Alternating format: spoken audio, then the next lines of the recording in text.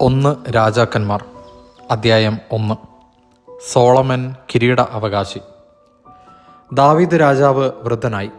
പരിചാരകർ അവനെ പുതപ്പിച്ചിട്ടും കുളിർ മാറിയില്ല. അവർ അവനോട് പറഞ്ഞു, യജമാനനായ രാജാവിന് വേണ്ടി ഒരു യുവതിയെ ഞങ്ങൾ അന്വേഷിക്കട്ടെ. അവൾ അങ്ങയെ പരിചരിക്കുകയും അങ്ങയോട് ചേർന്ന് കിടന്ന് ചൂട് പകരുകയും ചെയ്യട്ടെ. അവർ സുന്ദരിയായ ഒരു യുവതിയെ ഇസ്രായേലിലെങ്ങും അന്വേഷിച്ചു. ഷൂനാംകാരി അഭിഷാഗിനെ കണ്ടെത്തി അവളെ രാജസന്നിധിയിൽ കൊണ്ടുവന്നു. അതീവ സുന്ദരിയായിരുന്ന അവൾ രാജാവിനെ ശുശ്രൂഷിച്ചു. എന്നാൽ രാജാവ് അവളെ അറിഞ്ഞില്ല. അക്കാലത്ത് ഹഗ്ഗീത്തിന്റെ മകൻ അദോനിയ താൻ രാജാവാകുമെന്ന് വമ്പു പറഞ്ഞു. അവൻ രഥങ്ങളെയും കുതിരക്കാരെയും 50 അകമ്പടിക്കാരെയും ഒരുക്കി. നീ എന്താണ് ചെയ്യുന്നത് എന്ന് ചോദിച്ച് ഒരിക്കലും പിതാവായ ദാവീദ് അവനെ ശാസിച്ചിരുന്നില്ല. അബ്സലോമിന് ശേഷം ജനിച്ച അവനും അതികോമളനായിരുന്നു. അവൻ സെരൂയായുടെ മകൻ യോവാബിനോടും പുരോഹിതൻ അബിയാഥറിനോടും ആലോചിച്ചു. അവർ അവന് പിന്തുണ നൽകി. എന്നാൽ പുരോഹിതൻ സാദോക്, യഹോയാദായുടെ മകൻ ബെനായ, പ്രവാചകൻ നാഥാൻ, ഷിമയി, റെയി എന്നിവരും ദാവീദിന്റെ അംഗരക്ഷകരായ ധീരയോദ്ധാക്കളും അവന്റെ പക്ഷത്ത് ചേർന്നില്ല. ഒരു ദിവസം അദോനിയ എൻറോഗൽ അരുവിയുടെ സമീപത്തുള്ള സൊഹെലത്ത് കല്ലിനരികെ ആടുകളെയും കാളക്കുട്ടികളെയും മെഴുത്ത കാലുകളെയും ബലിയർപ്പിച്ചു. ബലിയോടനുബന്ധിച്ച വിരുന്നിന് ദാവീദ് രാജാവിൻ്റെ പുത്രന്മാരായ തൻ്റെ എല്ലാ സഹോദരന്മാരെയും യൂദായിലെ രാജസേവകന്മാരെയും അവൻ ക്ഷണിച്ചിരുന്നു. എന്നാൽ പ്രവാചകൻ നാഥാൻ, ബെനായ, രാജാവിൻ്റെ അംഗരക്ഷകരായ യോദ്ധാക്കൾ, തൻ്റെ സഹോദരൻ സോളമൻ എന്നിവരെ അവൻ ക്ഷണിച്ചില്ല. സോളമൻ്റെ അമ്മ ബത്ശെബായോട് നാഥാൻ പറഞ്ഞു, നമ്മുടെ യജമാനനായ ദാവീദ് അറിയാതെ ഹഗ്ഗീത്തിന്റെ മകൻ അദോനിയ രാജാവായിരിക്കുന്നുവെന്ന് നീ കേട്ടില്ലേ? നിന്റെയും നിന്റെ പുത്രൻ സോളമൻ്റെയും ജീവൻ രക്ഷിക്കാൻ എൻ്റെ ഉപദേശം സ്വീകരിക്കുക. ഉടൻ ചെന്ന് ദാവീദ് രാജാവിനോട് പറയുക, എൻ്റെ യജമാനനായ രാജാവേ, എൻ്റെ മകൻ സോളമൻ അങ്ങയുടെ പിൻഗാമി സിംഹാസനത്തിൽ ഉപവിഷ്ടനാകുമെന്ന് ഈ ദാസിയോട് അങ്ങ് ശപഥം ചെയ്തിട്ടില്ലേ? പിന്നെ എന്തുകൊണ്ടാണ് അദോനിയ രാജാവായിരിക്കുന്നത്? നീ രാജാവുമായി സംസാരിച്ചു കൊണ്ടിരിക്കുമ്പോൾ തന്നെ ഞാൻ വന്ന് നിന്നെ പിന്താങ്ങിക്കൊള്ളാം. ബത്ശെബ ശയനമുറിയിൽ രാജാവിൻ്റെ അടുക്കൽ ചെന്നു. ഷൂനാംകാരി അഭിഷാഗ് വൃദ്ധനായ അവനെ പരിചരിക്കുകയായിരുന്നു.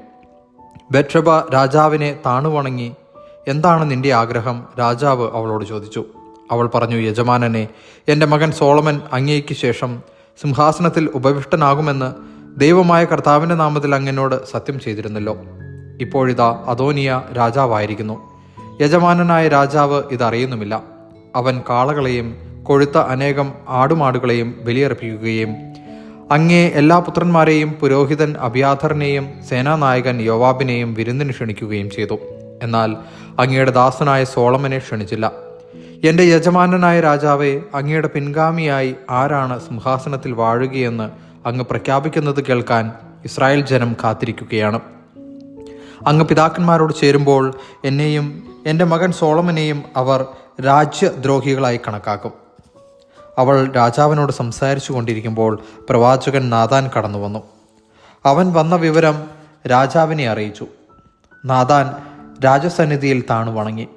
അവൻ രാജാവിനോട് ചോദിച്ചു, എൻ്റെ യജമാനനായ രാജാവേ, അദോനിയ അങ്ങയുടെ പിൻഗാമിയായി ഭരിക്കണമെന്നും അവനാണ് അങ്ങയുടെ സിംഹാസനത്തിൽ ഉപവിഷ്ടനാകേണ്ടതെന്നും അങ്ങ് കൽപ്പിച്ചിട്ടുണ്ടോ? അവൻ ഇന്ന് കാളകളെയും കൊഴുത്ത അനേകം ആടുമാടുകളെയും ബലിയർപ്പിച്ചു. എല്ലാ രാജകുമാരന്മാരെയും സേനാധിപന്മാരെയും പുരോഹിതൻ അബിയാഥറിനെയും വിരുന്നിന് ക്ഷണിച്ചിരിക്കുന്നു. അവർ അവനോടുകൂടെ തിന്നുകയും കുടിക്കുകയും അദോനിയ രാജാവ് നീണാൾ വാഴട്ടെ എന്ന് ആർപ്പ് വിളിക്കുകയും ചെയ്യുന്നു. എന്നാൽ അങ്ങേ ദാസനായ എന്നെയും പുരോഹിതൻ സാദോക്കിനെയും യഹോദായിയുടെ മകൻ ബെനായയെയും അങ്ങയുടെ ദാസനായ സോളമനെയും ക്ഷണിച്ചിട്ടില്ല. യജമാനനായ രാജാവിൻ്റെ പിൻഗാമിയായി സിംഹാസനത്തിൽ ഇരിക്കേണ്ടത് ആരെന്ന് അങ്ങയുടെ ദാസരെ അറിയിച്ചിട്ടില്ലല്ലോ. ഇക്കാര്യം അങ്ങയുടെ കൽപ്പനയനുസരിച്ച് തന്നെയാണോ നടന്നത്? അപ്പോൾ ബത്ശെബയെ വിളിക്കാൻ രാജാവ് ആജ്ഞാപിച്ചു. അവൾ രാജാവിൻ്റെ മുമ്പാകെ വന്നു നിന്നു. അവൻ ശപഥം ചെയ്തു, സകല കഷ്ടതകളിൽ നിന്ന് എന്നെ രക്ഷിച്ച കർത്താവാണേ, നിന്റെ മകനായ സോളമൻ എനിക്ക് ശേഷം എൻ്റെ സിംഹാസനത്തിൽ വാഴുമെന്ന് ഇസ്രായേലിൻ്റെ ദൈവമായ കർത്താവിൻ്റെ നാമത്തിൽ നിന്നോട് ഞാൻ സത്യം ചെയ്തിട്ടുള്ളതനുസരിച്ച് ഇന്ന് ഞാൻ പ്രവർത്തിക്കും. ബത്ശെബ രാജാവിനെ സാഷ്ടാംഗം നമസ്കരിച്ചുകൊണ്ട് പറഞ്ഞു, എൻ്റെ യജമാനനായ ദാവീദ് രാജാവ് എന്നേക്കും ജീവിക്കട്ടെ. പുരോഹിതൻ സാദോക്കിനെയും പ്രവാചകൻ നാഥാനെയും യഹോയാദായുടെ മകൻ ബെനായായെയും തൻ്റെ അടുത്തേക്ക് വിളിക്കുവാൻ ദാവീദ് രാജാവ് കൽപ്പിച്ചു. അവർ വന്നപ്പോൾ അവൻ പറഞ്ഞു, നിങ്ങൾ രാജസേവകന്മാരെ കൂട്ടിക്കൊണ്ട് എൻ്റെ മകൻ സോളമനെ എൻ്റെ കോവർക്കഴുതിയുടെ പുറത്ത് ഇരുത്തി ഗീഹോനിലേക്ക് കൊണ്ടുപോകുവിൻ.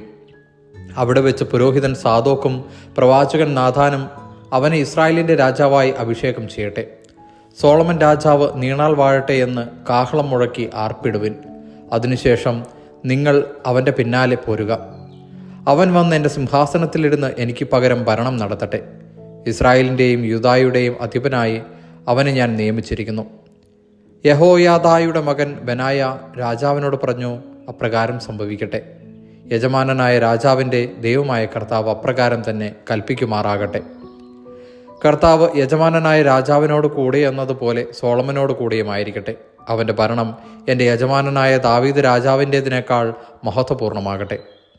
പുരോഹിതൻ സാദോക്കും പ്രവാചകൻ നാഥാനും യഹോയാദായുടെ മകൻ ബെനായായും കെറേത്യരും പെലേത്യരും സോളമനെ ദാവീദ് രാജാവിൻ്റെ കോവർക്കഴുതിയുടെ പുറത്ത് ഇരുത്തി ഗീഹോനിലേക്ക് കൊണ്ടുപോയി. പുരോഹിതൻ സാദോക്ക് വിശുദ്ധ കൂടാരത്തിൽ നിന്ന് തൈലം നിറച്ച കൊമ്പെടുത്ത് സോളമനെ അഭിഷേകം ചെയ്തു. അവർ കാഹളം മുഴക്കി, സോളമൻ രാജാവ് നീണാൾ വാഴട്ടെ. ജനം ആർപ്പു വിളിച്ചു, കുഴലൂതുകയും ഭൂമി പിളരുമാറ് ആഹ്ലാദാരവം മുഴക്കുകയും ചെയ്തു. അങ്ങനെ ജനം അവനെ അനുഗമിച്ചു. അദോനിയായും അതിഥികളും ആ സ്വരം കേട്ടു. അപ്പോഴേക്കും വിരുന്ന് കഴിഞ്ഞിരുന്നു. കാഹളനാദം കേട്ടപ്പോൾ എന്താണ് നഗരത്തിൽ ഘോഷമെന്ന് യോവാബ് ചോദിച്ചു. അവർ സംസാരിച്ചു കൊണ്ടിരിക്കെ പുരോഹിതൻ അബിയാദറിൻ്റെ മകൻ ജോനാഥൻ അവിടെ വന്നു. അദോനിയ അവനോട് പറഞ്ഞു, വരിക, ധീരനായ നീ സദ്വാർത്തയും കൊണ്ടായിരിക്കുമല്ലോ വരുന്നത്. അങ്ങനെയല്ല, ജോനാഥൻ പറഞ്ഞു, നമ്മുടെ യജമാനൻ ദാവീദ് രാജാവ് സോളമനെ രാജാവാക്കിയിരിക്കുന്നു.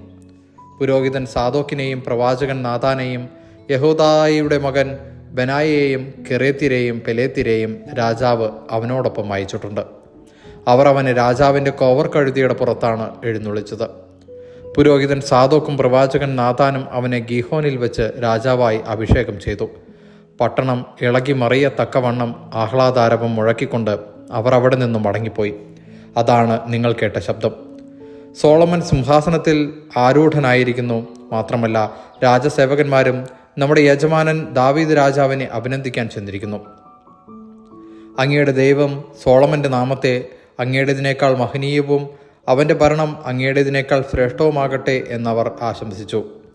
രാജാവ് കിടക്കയിൽ കിടന്നുകൊണ്ട് നമിച്ചു. അനന്തരം ദാവീദ് പറഞ്ഞു, ഇസ്രായേലിൻ്റെ ദൈവമായ കർത്താവ് വാഴ്ത്തപ്പെടട്ടെ. എൻ്റെ മക്കളിലൊരുവൻ സിംഹാസനത്തിലിരിക്കുന്നത് കാണാൻ അവിടുന്ന് എനിക്ക് ഇടവരുത്തി. അപ്പോൾ അദോനിയായുടെ അതിഥികൾ ഭയന്നെഴുന്നേറ്റ് താന്താങ്ങളുടെ വഴിക്ക് പോയി. സോളമനോടുള്ള ഭയം നിമിത്തം അദോനിയ ഓടിച്ചെന്ന് ബലിപീഠത്തിൻ്റെ വളർക്കോണിൽ പിടിച്ചു. സോളമൻ രാജാവ് എന്നെ വാളിനിരയാക്കുകയില്ലെന്ന് സത്യം ചെയ്യട്ടെ എന്ന് പറഞ്ഞു. അദോനിയ തന്നെ ഭയന്ന് ബലിപീഠത്തിൻ്റെ വളർക്കോണിൽ പിടിച്ചുകൊണ്ട് നിൽക്കുന്നുവെന്ന് സോളമൻ അറിഞ്ഞു. അപ്പോൾ സോളമൻ പറഞ്ഞു, അവൻ വിശ്വസ്തനെങ്കിൽ അവൻ്റെ തലയിൽ നിന്ന് ഒരു രോമം പോലും വീഴുകയില്ല. കുറ്റക്കാരനെങ്കിൽ മരിക്കുക തന്നെ വേണം. സോളമൻ രാജാവ് അവനെ ബലിപീഠത്തെങ്കിൽ നിന്ന് ആളയച്ചു വരുത്തി. അവൻ രാജാവിനെ നമിച്ചു. സോളമൻ അവനോട് വീട്ടിൽ പോയിക്കൊള്ളുക എന്ന് ആജ്ഞാപിച്ചു. ദൈവവചനമാണ് നാം കേട്ടത്.